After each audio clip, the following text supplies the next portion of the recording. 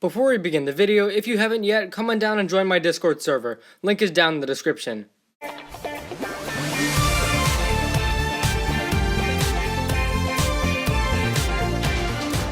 Hey guys, welcome back to the channel for my review of Season 12, Episode 7, The Cliffs of Hysteria. We begin with the ninja making their way towards the cliffs, and Okito's still sad that he's not a real person. At the base of the cliffs, they meet a vendor named Shifty, which sounds a bit like another bad word, but trust me, it isn't. He sells the ninja some items and also tries to flirt with Mia a bit, which angers Jay, as you would assume. However, the team is spotted by some red visors, and they quickly start going up the cliff. Cole almost falls again, but luckily this time he is able to immediately recover. Not only do the ninjas safely make it up, but they also bring a red visor for questioning as well. The red visor reveals Unagami's master plan, to use the cubes of dead players to build a portal into Ninjago City. I gotta say, this episode was a lot better than it looked in the Vietnamese dub, and English can definitely make a difference, whether for the better or for the worse. I think the humor in this episode definitely works, such as when Jay is suggesting that they attack Shifty, or when Cole is falling he even says the words "not again," and that is just awesome. So far, the humor in this season has felt way better than Season 11, and it also feels a lot more like the classic Ninjago humor, and by that I mean the humor of the original 2 seasons. Also, more good Akino development.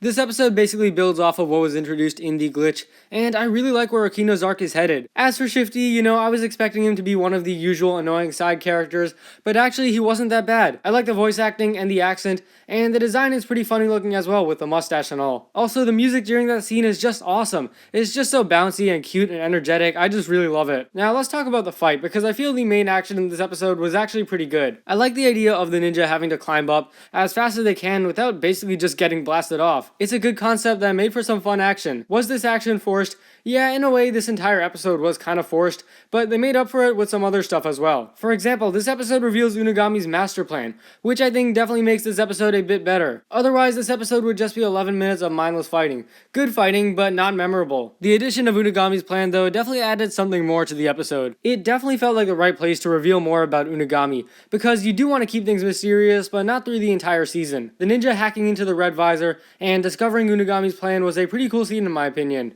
As for some not so good things though, why exactly was Cole the one to fall again? Is it just me, or does it feel like we've seen that before from Ninjago? Come on guys, if you want Cole to have a role in the episode, you shouldn't make him the one to fall again. That just feels kinda unoriginal to me, and in my opinion, he should have swapped with Kai. You could have had Kai falling and Cole the one manning the drones. I do realize though that this is way less of a problem than I'm making it out to be, but I don't know, in my opinion it just felt repetitive. And also I do like Shifty, but I do feel he can be a bit annoying at times. Sometimes he just acts a bit too crazy with those frantic motions and all. And those are really the only bad things I have about the episode. As for the plot, I feel like it was mostly well done. Yeah, there was a lot of fighting, and good fighting, but as I said, not exactly memorable. Nevertheless though, this episode was still well paced. As for characters, I guess Akino stands out. I felt like he was still pretty good in this episode. Not amazing, but I really like the scene at the end of the episode with him. I really like the way they're handling Akino so far, and the fact that they're even going so far as to give him his own arc. Action in this episode was good, I quite liked what they were going for. Despite that though, the action wasn't too memorable, and this episode did have a lot of action. And lastly, emotion. We kind of talked about that already with Okino's character, and although emotion was not front and center in this episode,